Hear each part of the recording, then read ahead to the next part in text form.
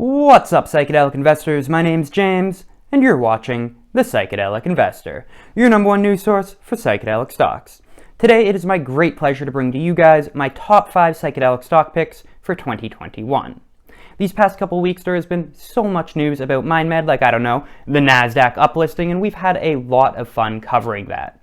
However, I just want to remind all of my viewers, particularly all of our new viewers, that there is so much more to the psychedelic medicines landscape than just MindMed. We actually did a top 5 video not too long ago, like 5 months ago when we first started making this channel, but since then, my personal rankings have changed quite significantly, and then on top of that, we've just gotten better at making videos. Plus, we have so much newer viewers now, so we thought that it was about time to have an updated top 5 psychedelic stocks for 2021. So that is this video. So as all of us psychedelic investors know, psychedelics have been shown recently in a lot of clinical trials to help a variety of mental health issues, from addiction to depression to PTSD and more. In all, psychedelic companies are attempting to disrupt a $100 billion annual industry for mental health pharmaceuticals, as well as having the potential to help millions of people worldwide. This is also going to present an enormous opportunity for investors. Rather than going all in on one company in the field, as amazing as MindMed is, it's probably best to diversify your risk and create a psychedelic medicines portfolio. So in this video, I'm going to be giving my opinions on what stocks should be in that portfolio and how I made up my mind, how I created my rankings. But first, if you enjoy this episode, make sure you invest in the channel with your like and subscribe. Over time, you'll see your investment grow as we continue to bring you the information that you need to know before investing in the psychedelic medicines landscape. Enjoy the video.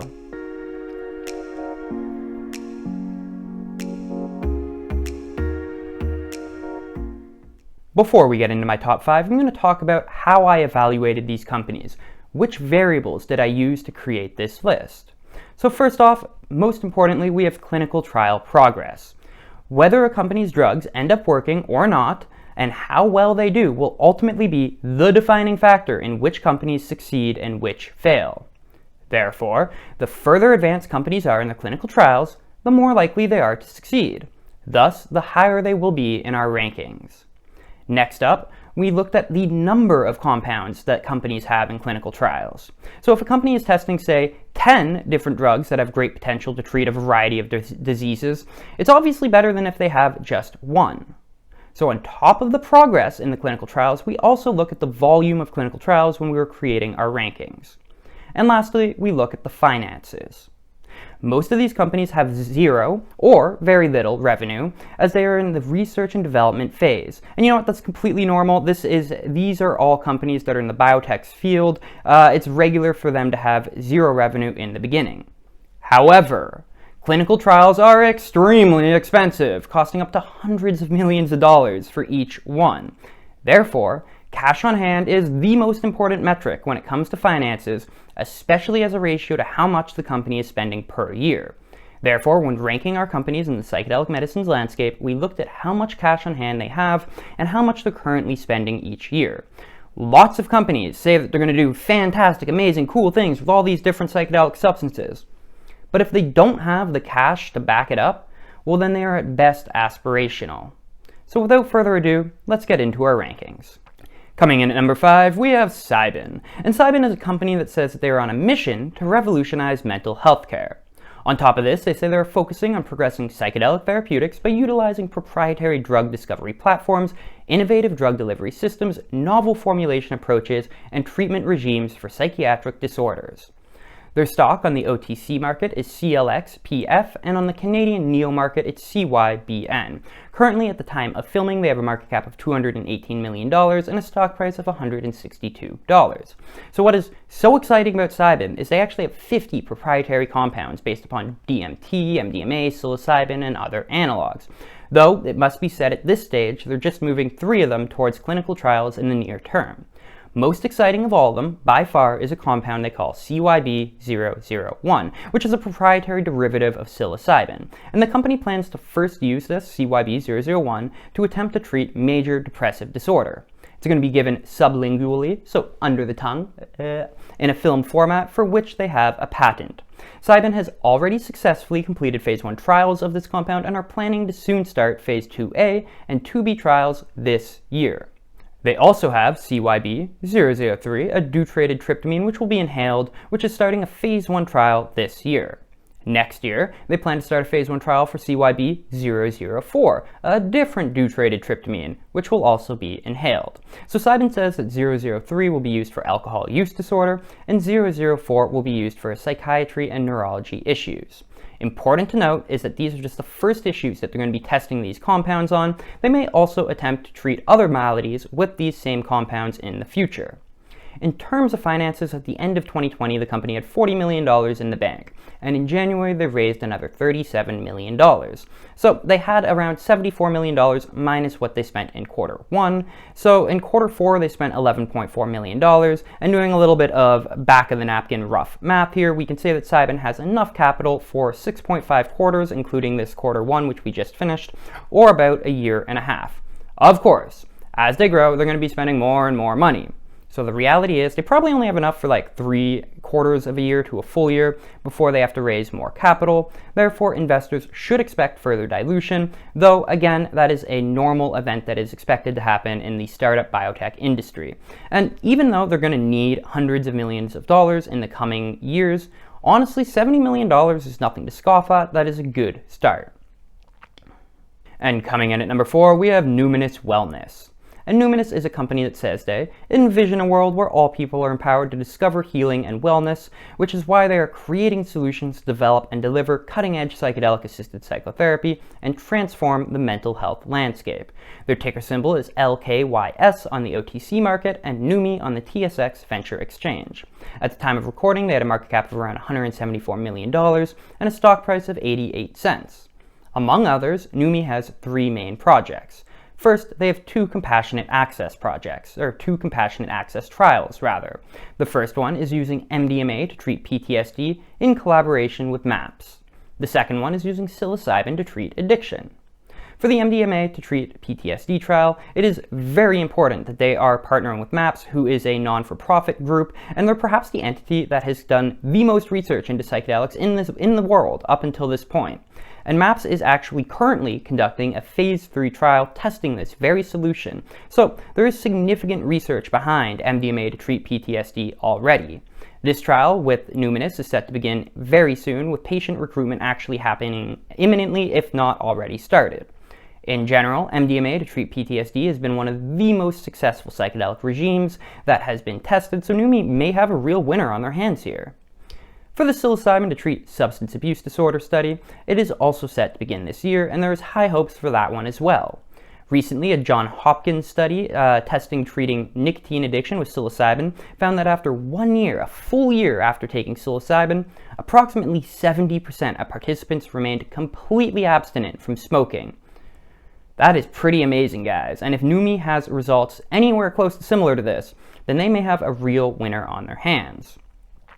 The next important thing to talk about is Numinus's ketamine therapy clinics. So right now, Numinus is actually treating people with depression using ketamine-assisted psychotherapy, and they're doing this in their clinics in Montreal under the name of their subsidiary Mindspace. So this is super important for a few reasons, and not only because it is, generating a little bit of revenue right now, but much more important, this is going to give information on how to run psychedelic medicines clinics once their compounds get vetted and confirmed. And they can also start scaling up these clinics right now that are offering ketamine therapy, and then in the future use this infrastructure that they've already built to provide psilocybin and MDMA therapy.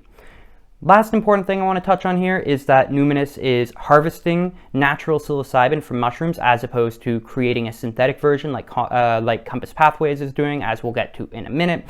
And Numinus says that this is much cheaper than creating a synthetic version, and it's also going to be more effective.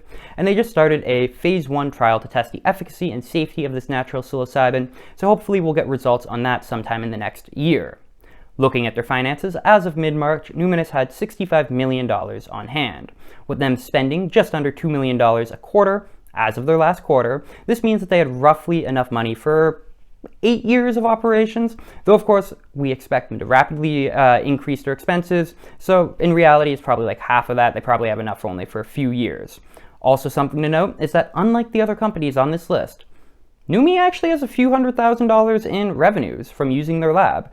But honestly, that pales in comparison to the millions that they're going to have to spend Nevertheless, we'll keep an eye on their revenue growth to see if it could become a real factor in their finances going forward.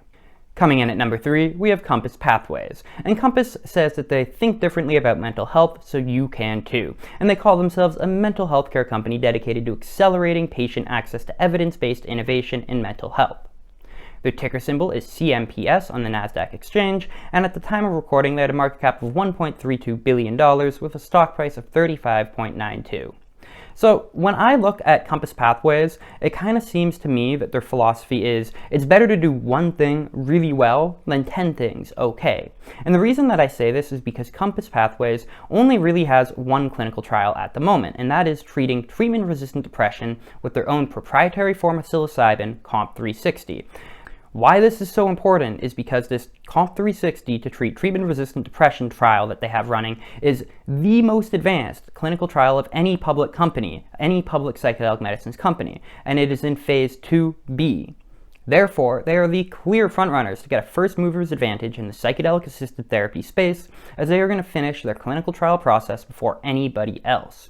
The FDA has also granted them a breakthrough designation for their drug COMP360, so that is important too. And despite themselves only testing COMP360 for depression, through working with partners in preclinical settings, COMP360 has been used to gather data on potential effectiveness in treating a wide range of other disorders, from Alzheimer's to OCD to even binge eating.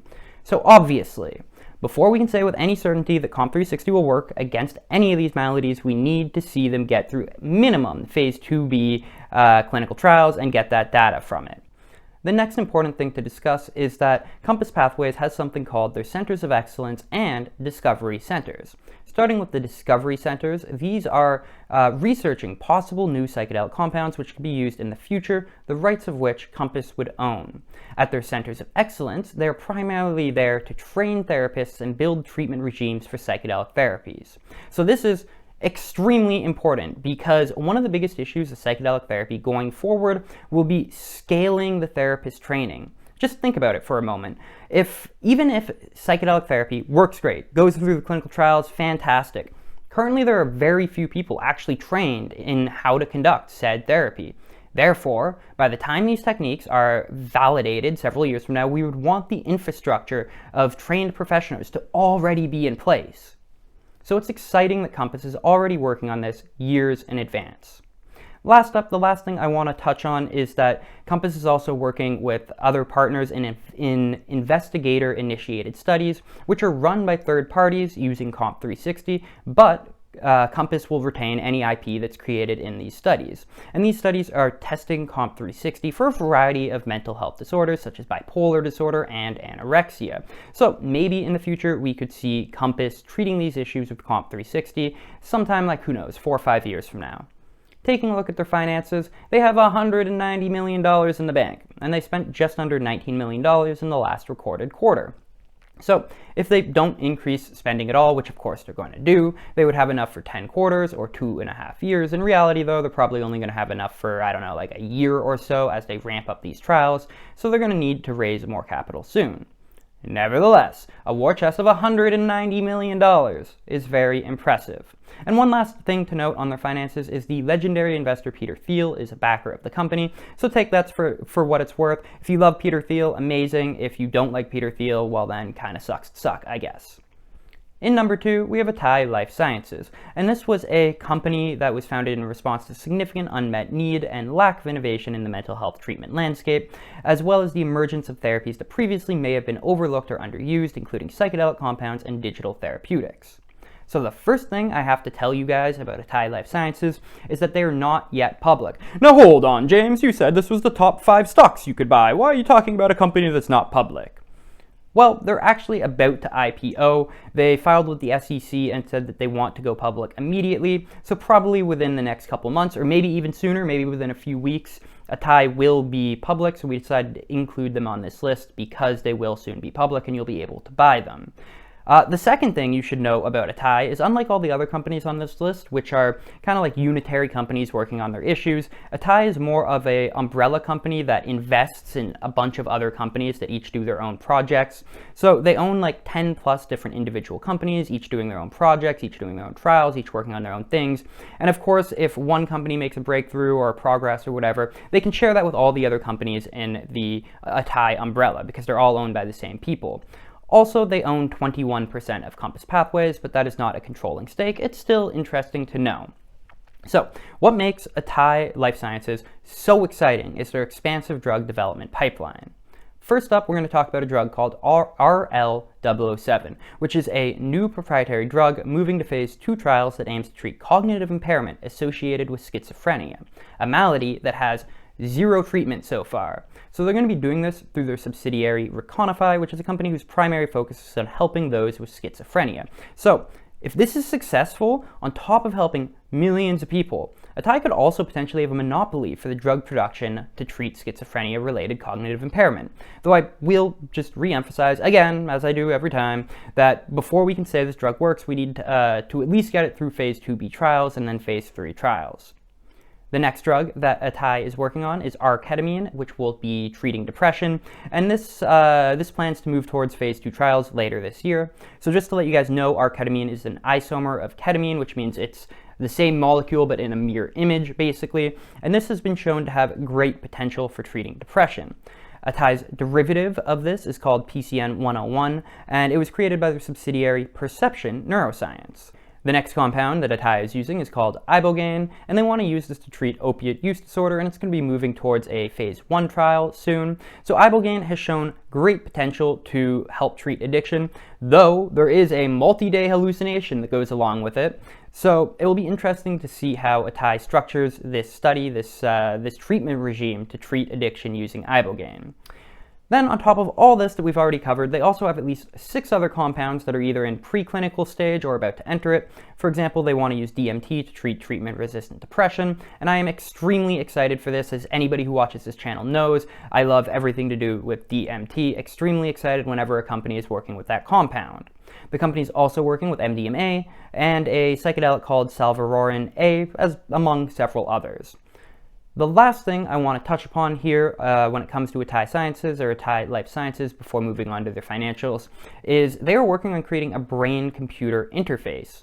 So they recently acquired a company that was called Cybin, and they hope that through Cybin's technology, they will be able to gather ever more accurate data through understanding what is happening in a person's individual's brain while they are on a substance. So if this works, it's going to be able to help induce behavioral changes when combined with therapy, and this is extremely cool, and it conjures up images of Elon Musk's Neuralink, though we still don't know too much about this project, so it's best not to make wild predictions about it.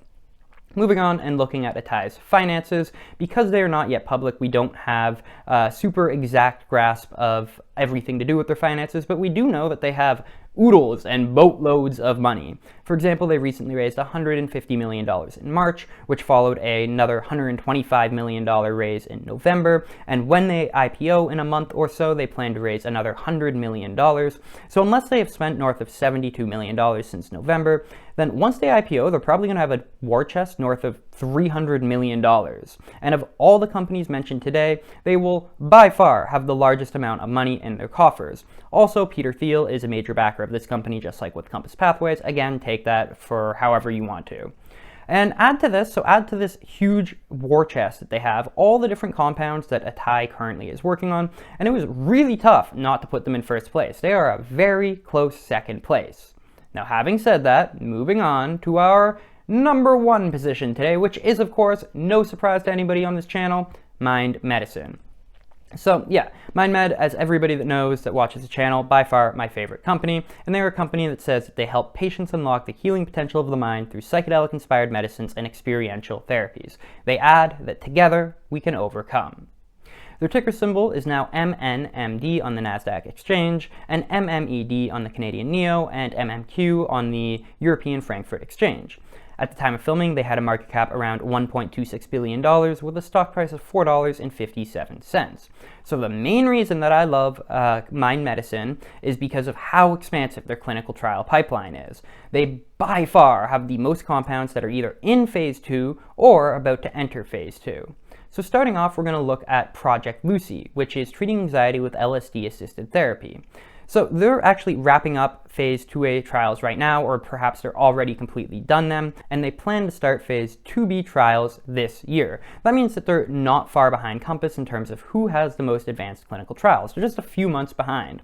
And it's important to note that in this study, in this LSD to treat anxiety study, one of the secondary outcomes they're also measuring is depression levels. So this project may grow to include depression in the future.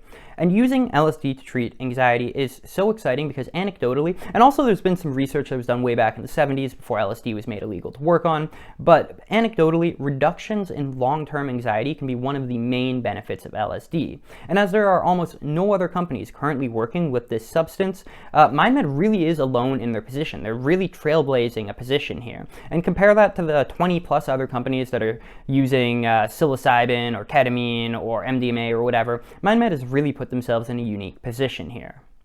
The next project to look at is Project Layla, and this is going to be treating addiction with 18MC, a non-hallucinogenic derivative of ibogaine. If you remember back a minute ago to when we were talking about Atai Life Sciences, they're planning on using ibogaine to treat addiction, hallucination, and all. So here we should see some healthy competition. If 18MC can treat addiction as well as regular ibogaine can, minus the hallucination, then MindMed will probably be the clear winner here. And also important to note is that some studies have found that ibogaine may be shown to have, in some individuals, cardiovascular issues, and MindMed says this won't be present at all in 18MC, so that would also put the edge on their side. And this program, this Project Layla program, is going to be moving to phase 2A trials this year. Again, I just want to re-emphasize, before we can say these drugs work, we need to wait until they at least finish phase 2B trials and then phase 3 trials. The next program MindMed is working on is treating suicide headaches with LSD. And anybody who has ever experienced a suicide headache knows how painful they are, and there's no real treatment. It feels like somebody is taking a hammer and poking a hot nail into your forehead right above your eye, and the pain can be so great that it is debilitating. And MindMed is in phase 2 trials right now studying to see if LSD may be the key to erasing this pain. And look, guys, I have zero idea if this is going to work or not. It seems about out there for me, a bit out there for me. But as somebody who actually suffers from suicide headaches from time to time, fingers crossed, guys. That's all I can say.